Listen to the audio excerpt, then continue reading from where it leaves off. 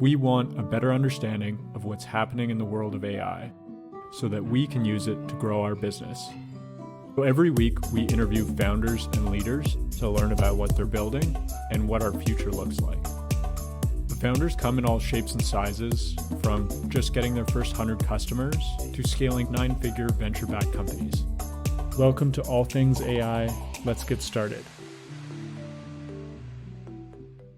We like to start with a pretty cold open. So in 1 to 2 sentences or less, what is the biggest change to B2B interactions with the increased accessibility to AI? Wow. So I would say that if I have to choose only one, the biggest kind of change is around personalization. I think if you look at the last few years of development in kind of B2B interactions, everyone sort of maxed out all low hanging fruits of sending you a personal video, telling you hi, or kind of trying to use every available data from your LinkedIn page to kind of be able to deliver a personalized message. So all those sort of things that gave someone an advantage over the others that were going generic, that became a commodity. And I think now we're back again in the moment where there's a sort of a saturation. How can you actually stand out when you are trying to get someone's attention on a beat communication?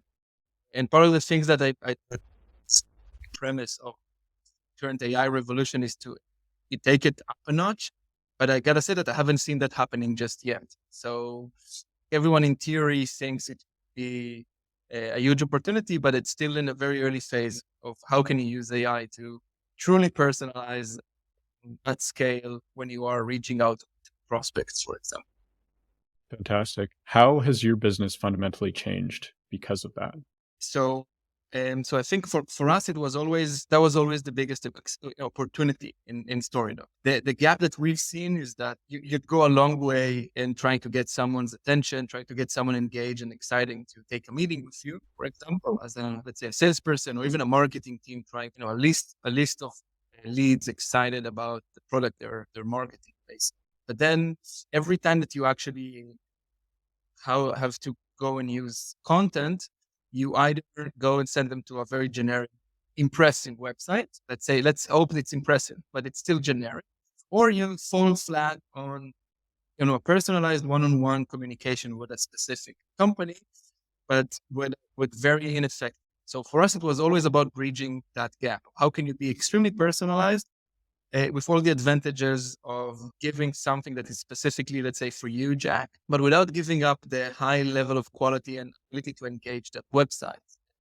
Sort of richer types of content help when you do want to try and get a message across. So for us, when AI came in, it was just mainly making it a lot easier for our business to sort of really sort of deliver the premise. Because for many people, it was just sometimes a bit hard or too hard maybe to truly come up with a snappy copy that would get someone's attention, or a very impressive text for a proposal, let's say. And AI suddenly made it a lot easier to just extract value from our product. So that really changed our business in the level that just like it's much, much faster and easier to see value thanks to the access of AI. That makes sense. And I think we should digress a little bit. You are the co-founder of Storydoc. You help easily create presentations for salespeople, consultants, enterprise to actually interact with the presentations, create the presentations, and understand what's happening once you email that presentation off to some prospective person.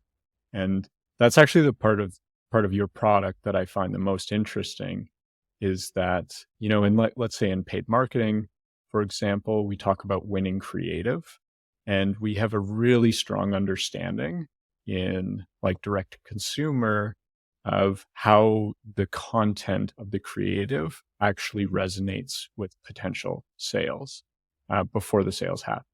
But in the B2B world, where you're emailing somebody a presentation, this can just be a black box of you don't know what they looked at. You don't know why they entered a call. You really don't know what happened other than, they got on a call or they didn't get on the call. So that's what I find particularly interesting about your product. But how do you introduce yourself? Yeah. So, and I couldn't agree more with what, with what you said. Um, Essentially, because that's actually, I also come from the B2C space originally. And as I drifted towards B2B, that's where I just couldn't kind of comply with the gap between how much can you know when you're marketing and trying to convert someone on a direct to consumer versus just as you called it, black box when you go B2B.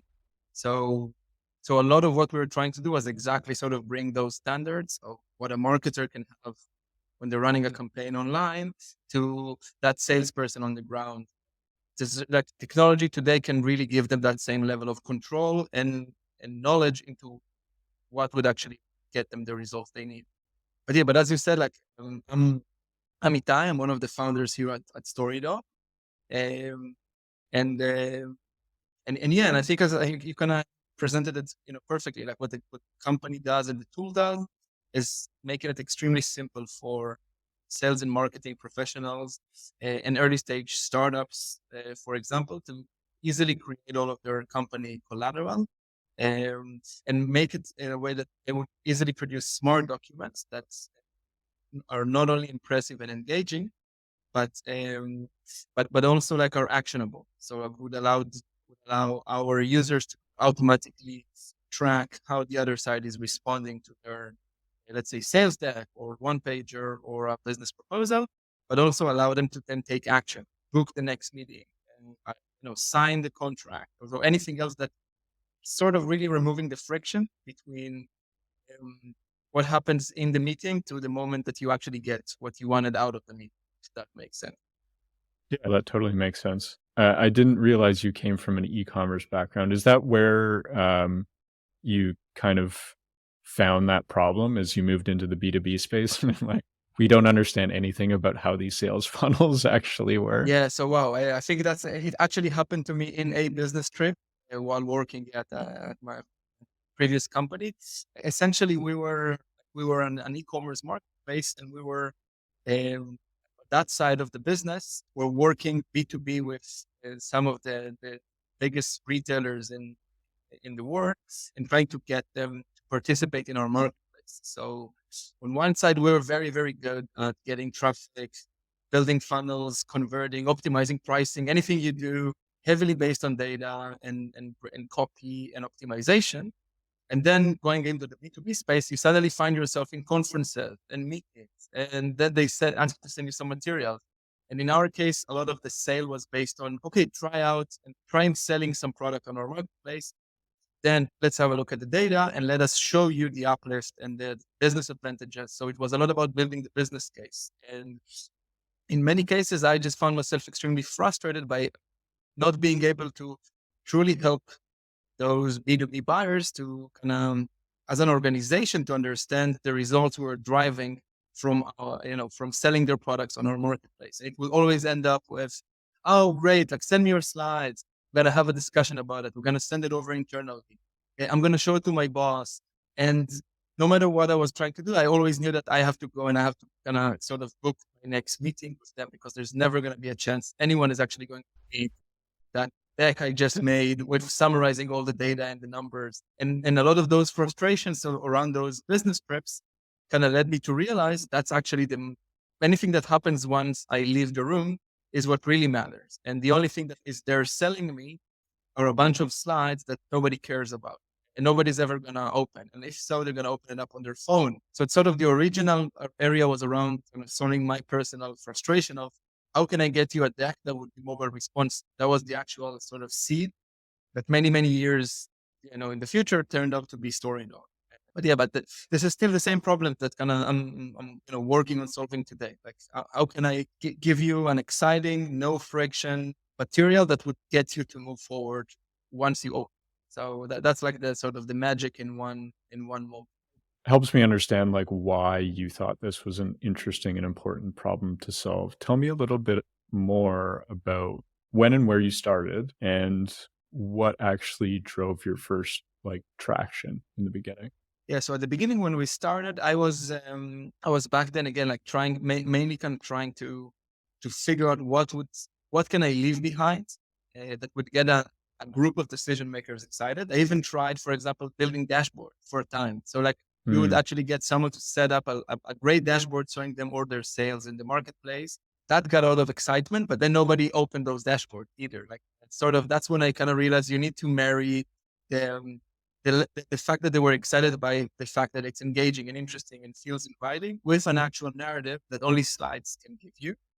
And yeah, and that's when I kind of partnered up with Jack, which is one of my two co-founders. I knew him always as a big expert in making presentations and making sort of engaging narratives.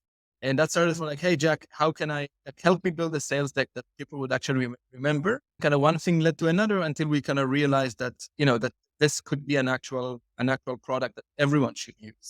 A lot of the kind of early finding that we found, like adding data to see which parts were more interesting and which were not. And the ability to make it more responsive. Like those were very early stage wins when we basically manually coded every story log ourselves. So pretty quickly we kind of realized that what worked for me can work for others. So the step was actually getting like the first 4 or 5 sort of brave beta customers where we just took their existing tags, turned them into an interactive story doc that we made.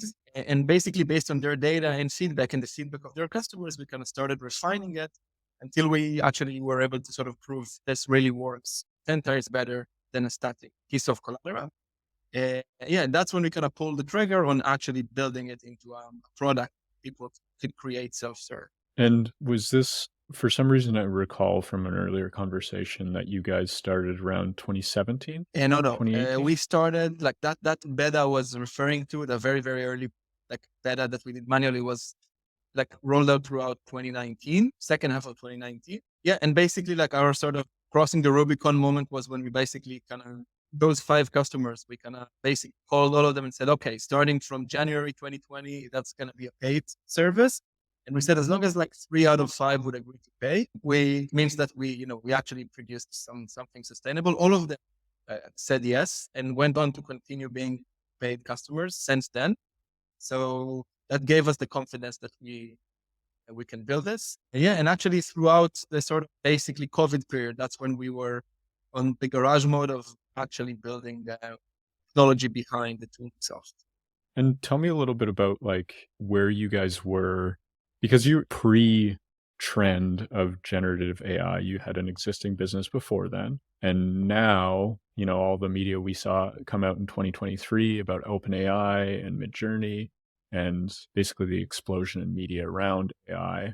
How has that added to your business? So I think it really transformed all the things that we were trying to achieve and sort of got it sort of halfway through before, let's say, this phase of AI. And I've Sure. still been around when, the previous sort of generation of building AI, when it wasn't based on LLMs, more the, let's say, traditional way of doing things. So it was always clear to us just the level of energy and time that it take to truly bring AI to solve the problems that we were facing.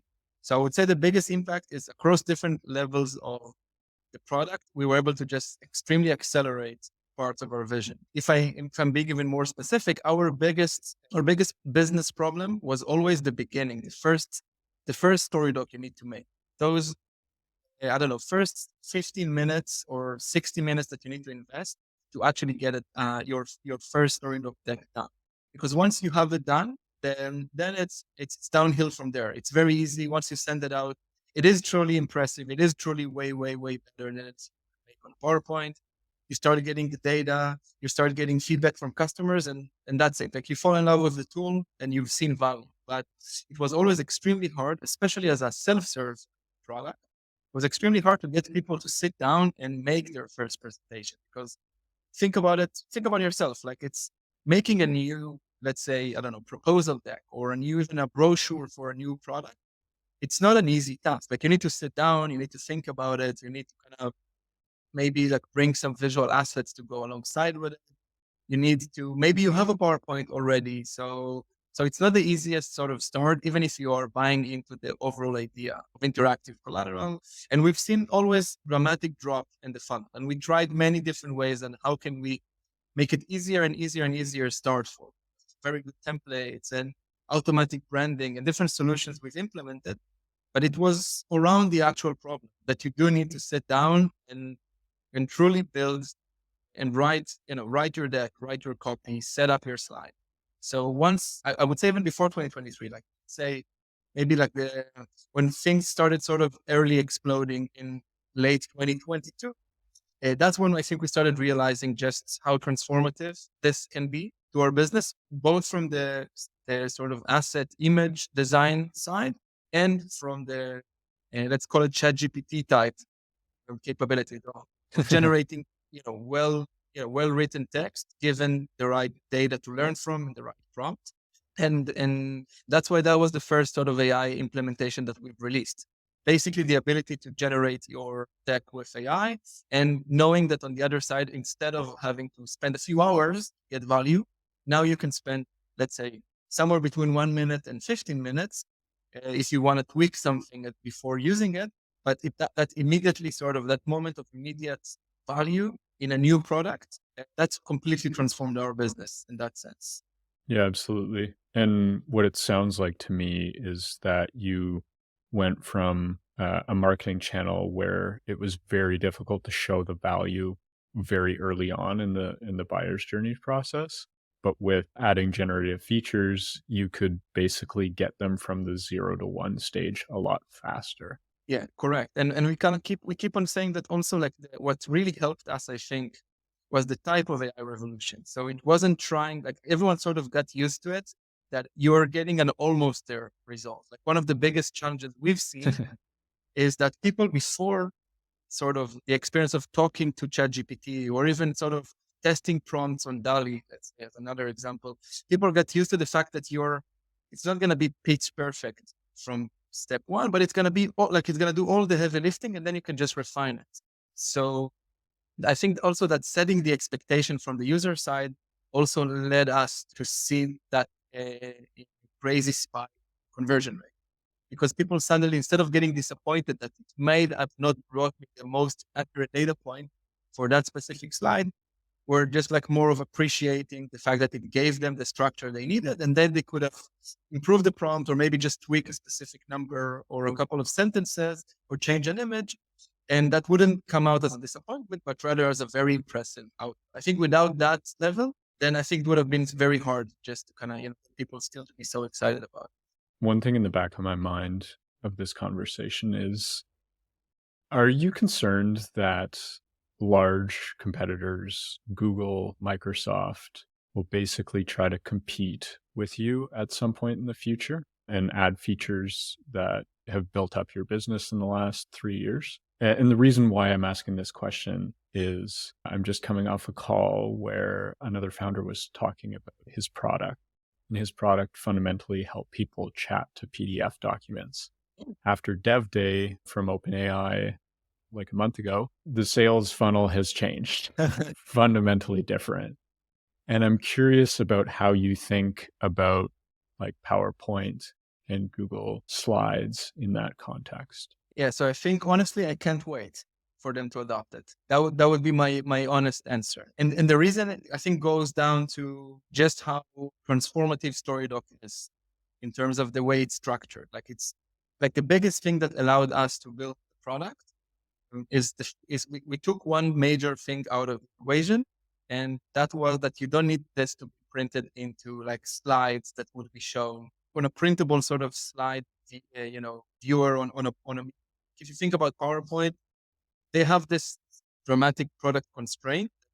First and foremost, it needs to be a tool for that, and then maybe for something else. And we kind of realized that for like sales and marketing professionals and any type of business collateral, it needs to be printed as well.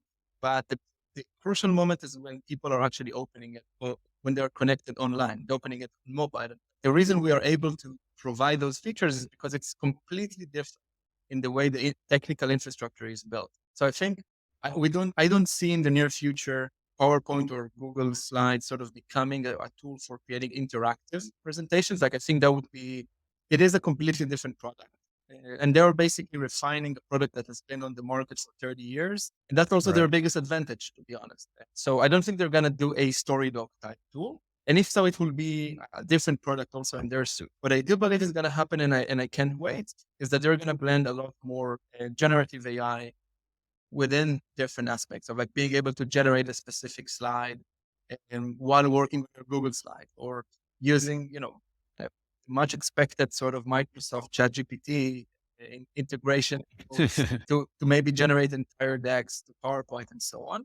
And the reason that we actually see it as an opportunity is because they are the market leaders. We're growing, and we're growing very fast, but we're still very, very small.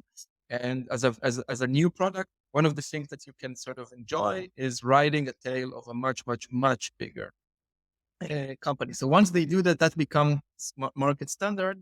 That's when everyone starts to get used to it. Even the late adopters would, get used to expect those kind of things. And us as a tool that is really focused on professionals, they would also start looking for a professional version that is going beyond that freemium version that they may have on a Google slide, for example, or a keynote. So we're actually expecting that once they will do that, and that would become something that everyone wants in their tool stack, that would be even much easier to sort of sell Storydoc to the end customer. Yeah, that's interesting. So you see, like if Microsoft adds this into PowerPoint, you see this as like a product awareness to new customer segments that wouldn't necessarily have been aware of StoryDoc before. Correct. Exactly. Like that's my sort of our, I don't want to say the game plan, but like we sort of built out the plan, assuming let's close our eyes and assume, let's build a value proposition that still keeps us as the ones that would end up on the top of the market. Assuming Google Slides, PowerPoint, and Keynote, all of them have generative AI implemented. That's how we sort of started the whiteboard discussion in the office. How this world looks like, and now let's assume this is the case. And as long as they haven't done it, we have maybe like a first mover advantage, but they would close the gap. So a big part of our decision was exactly to be focused heavily on our niche, which is still a pretty big niche. If you think about all the people that business collateral, Yeah. it's a small niche. But if you think about PowerPoint is also for students, and it's also for, I don't know, my mom may be making a nice presentation about her last trip to, I don't know, Paris, and showing it to her friends. And and it's a tool for, I don't know, project managers to show their latest sort of advancement, and so on and so forth. It's a very, very wide and shallow type solution. While our advantage is just building a tool that is really specific for those professionals. And as long as this professional has the needs we speak of having analytics and having the ability to have documents that are actionable and all those things that are built on top of the actual slide editor itself, that's where, I don't know, we don't see like a serious competition sort of against our.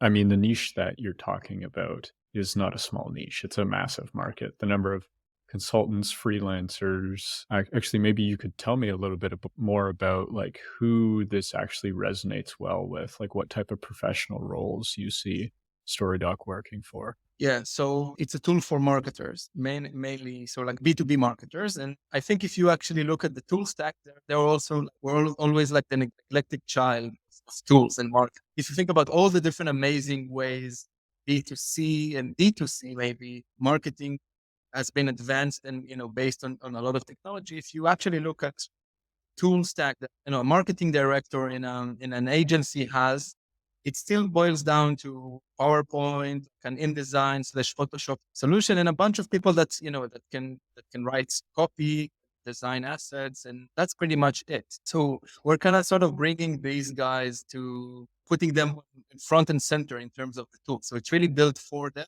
and for their need that they have to constantly produce, updated, well-designed and on-brand materials that then on the other side or downside, they're not the ones using it. They would be making the tools, but then there's some random salesperson might or might not use the tool as well. So the reason they sort of find this useful is also because it sort of gets them back to controlling what actually happens with their materials, like who's using them when, what the customers actually want, or were interested in when they've seen that. So usually, like we have a very wide range of types of companies. So we go from like basically like single sort of person companies or like small agencies to massive organizations, I don't know, such as even Meta or Xerox, for example. But at the end of the day, it's all the same sort of marketer pain point that I need to produce this piece of collateral. And there's almost no tools that I can actually, that could, could produce a high quality outcome without having to start hiring, again, designers, agencies, developers, and so on. From the B2C context, one thing you do in paid marketing is, you create your ad creative, you create your landing page, but you create it on a hypothesis which you relatively don't know that works or not. You figure out whether the messaging on the creative works through like A/B testing, and then you figure out what's working on the landing page. Do you see that basically in a similar context with Storydoc? Is that marketers are actually using the tool to figure out what's starting conversations with their product? Oh yeah, absolutely. Or not even like starting conversations, but if you think about B2B, it's not only that you as the marketer, you need to make piece of collateral, or that then someone else would use when they see fit, meaning the salespeople. Also, it's not going to one single individual. It would go usually to a group Right. of decision makers, or let's call them stakeholders.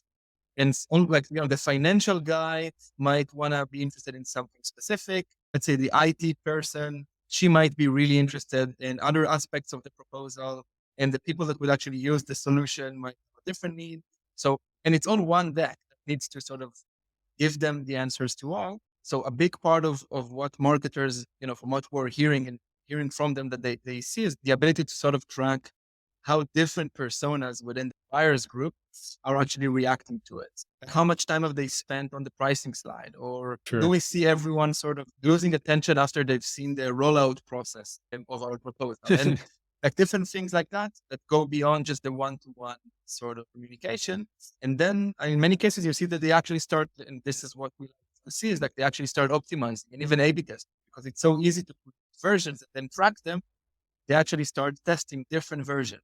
A shorter proposal, would that actually move faster to more people in the organization? Would you actually get more eyeballs on your proposal if it's shorter or not? By the way, spoiler alerts, not always, which is surprising. But yeah, but essentially, every business is different, and in many cases, they find the ability to bring a little bit more of those B2C marketing performance standards into the offline world as a very powerful sort of event. Yeah, absolutely. I think that makes sense. And honestly, I one of the things I'm starting to put the pieces together now is like you talked about, if PowerPoint rolls out a similar solution, there'll be more awareness on it. You talked about that this is like a forgotten channel almost, but is so obviously exists for so many B2B marketers. And so I truly understand what you're saying when you say, this is a channel that A/B testing didn't exist in at all until, 2018, 2019. And, it's obviously something that's going to make an impact. So I think that's really interesting to think about it that way. So we've talked a little bit about your history. We've talked a little bit about the product. One thing that I think a lot of founders themselves are not concerned about, but paying attention to a little bit hyper attentively is how to actually stay competitive in a marketplace that's changing so fast. Is this something you think is impacting you? And how do you kind of deal with Yeah, I'd say definitely impacting us and me. And yeah, I'd say every day. Like I think that every good it? CEO needs to be, constantly, you need to have to be an extreme optimist and an extreme pessimist somehow in the same person to truly be able to go somewhere. And I think from the competition side, like we're seeing that sort of, extreme sort of reduction of barriers to making good products around AI. It's just like sort of the last sort of breaks in the wall of a lot of, reducing barriers of putting SaaS products in place. If you look at the last decade, like it's suddenly extremely simple to create a crappy yet, or basic maybe, but crappy, but a basic yet working solution in many, many, many types of products. So the ability for like very small competitors to essentially sort of copy a lot of what they see on your end and try to kind of ride your day, it's easier than ever. So it's definitely constantly something that we're looking at all the time. On the other side, I think that what's different in this sort of stage of the AI revolution is that it's so easy that even sort of more established products can very quickly adopt, unlike changes in the past. So in many cases, like, companies, let's look at Storydoc even, like we do have a few kind of key assets that a smaller player won't be able to easily sort of grab. If that's, the amounts of traffic, or where would we rank on different Google queries, or I don't know, the vast community that is using it, and the different templates that people created and contributed to them, to the ecosystem that is created with the tool. This is how we kind of think about sort of building those types of modes that will not be feature specific. Just because I'm yeah, like, it is truly easier than ever to copy the actual feature. So you have to build around your company some sort of an ecosystem. Sort of, it's the only way to kind of stay on top. I don't think no one with a better feature would ever stay on top just because of that. No killer feature is gonna make the difference. Yeah, there is no silver bullet, and it doesn't come in the form of pricing or features. Yeah, no, it could give you an advantage. Let's say it could give you a quarter or two, let's say. Yeah. But then people would catch up with you, especially if it's such a good silver bullet, everyone would immediately sort of be able to realize it.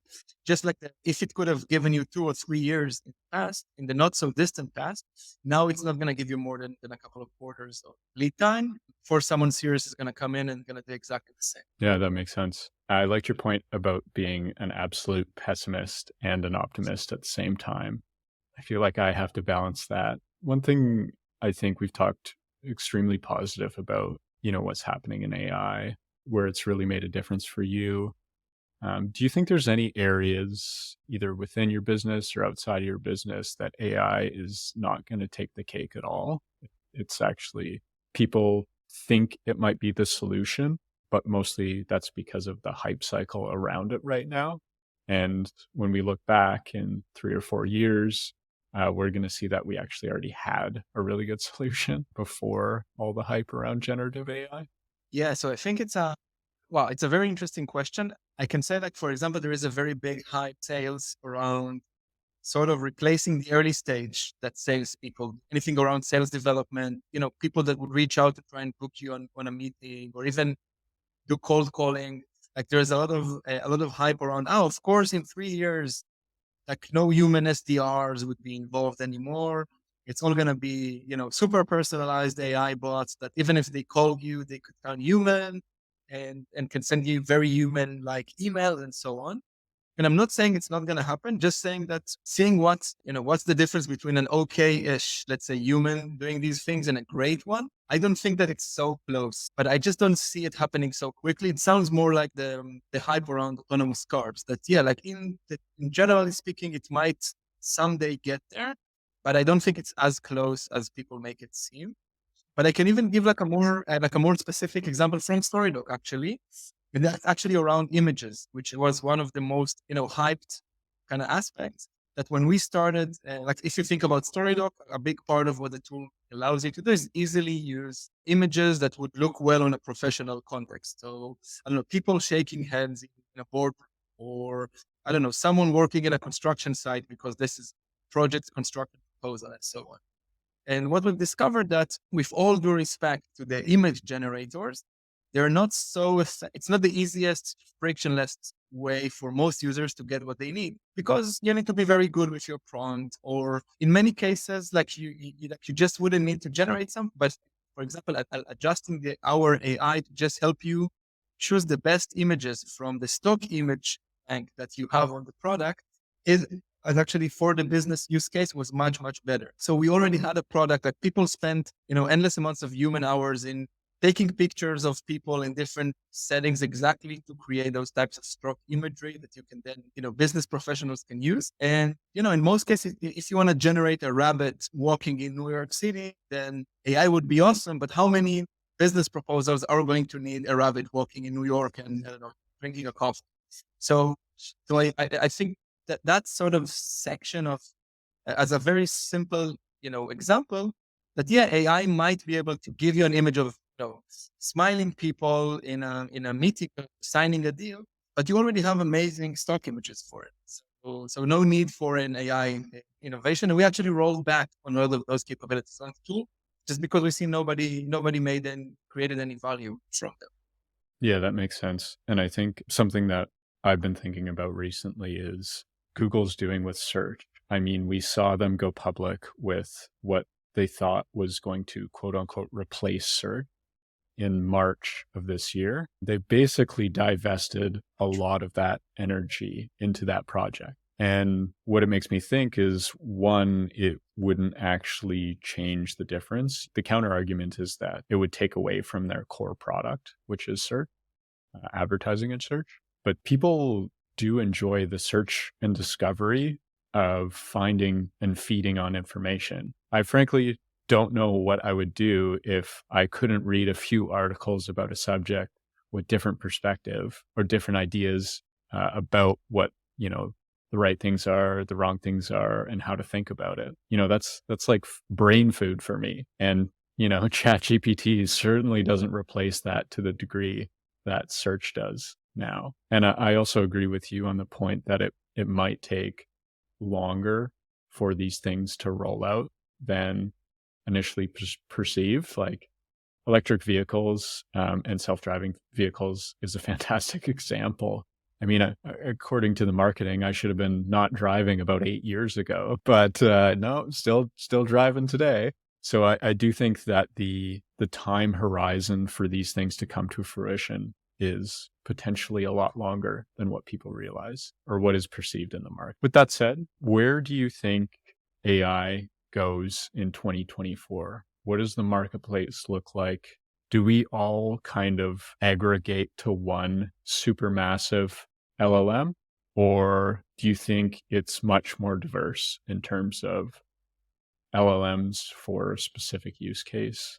Yeah, so I think it's the $1 million or maybe $1 billion question. So I'll be maybe arrogant or stupid to even assume that I can know how it's gonna end. I can only say from the, let's say, product developer, app developer, sort of solution builder side of things, because I think it's gonna be maybe very different than what happens on the consumer side. It might be that on the consumer side we will see one or two big winners or one big winner for each sort of type of massive sort of application for it, let's say like a chat GPT type and a DALI type winners maybe. But I think the more you go to the sort of back end side of using AI and the API side, I like what I'm seeing is actually more sort of more and more potential for every company using a variety of models. And I think like even for us today, we are using different providers for different jobs. Like you would use something different for generating text when you want to generate an entirely new story doc, but a different one for the text that you would use on the slide specifically, for example, just because we tested out and the results are extremely different. And sort of the user mentality at that moment requires maybe a different sort of type of prompt engineering to give you the results you need. And we have a third provider for images and a fourth one for, for using audio, for example. And I think the area where this is going is actually we're trying to be even more and more specific as much as we can. So I don't know, just as for example, also like having that ability to do like to have redundancy in the product. Just like in a way, just like in the same way, a payment provider might work on an API. Like, you always have your main payment provider, but you also have like a fallback one. If they're down, they're not great for a specific task. So if I have to get that, do like a wild guess, I think at least on the API space, there's always going to be room for like someone doing it either cheaper or more scalable or better.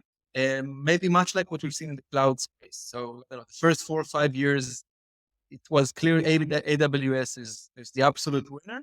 But if you look at the market right now, it's clear that it's, sort of the other sort of providers catch up. And it's more of again, price versus sort of quality type decision more than like someone has something that nobody else can give you. I don't know what curious to hear what you think as, someone, doing so many conversation around the subject. Yeah, I think it is the $1 billion question. I think your apprehension to answer the question obviously makes sense. I would say it seems to me that we're actually diving away from what like the internet used to be in terms of everybody having open data sets, everybody sharing data, and frankly, not caring about the value of the data.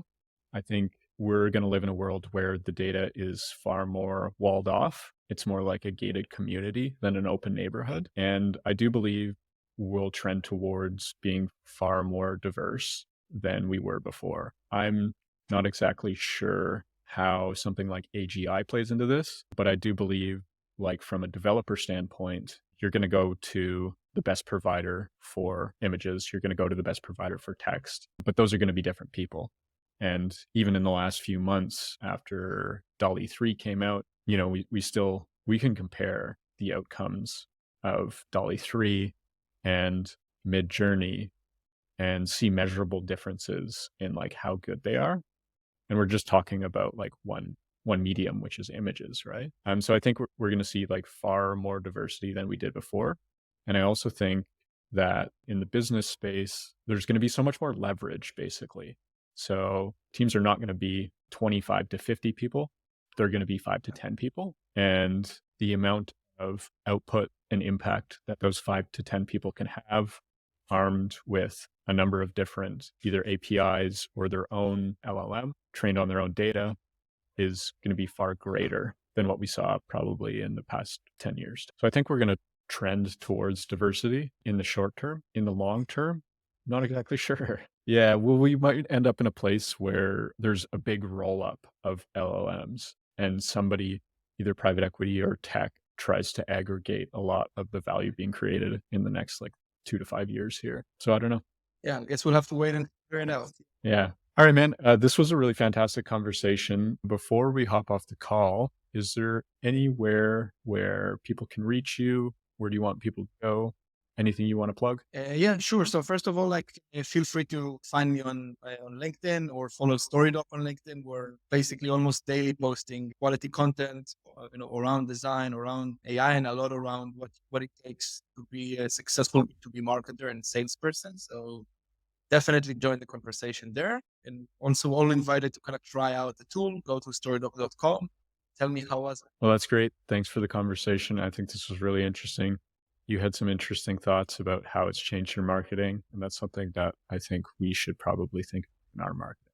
No, so it was an absolute pleasure. And thanks for having me. Cheers. Cheers. I appreciate it.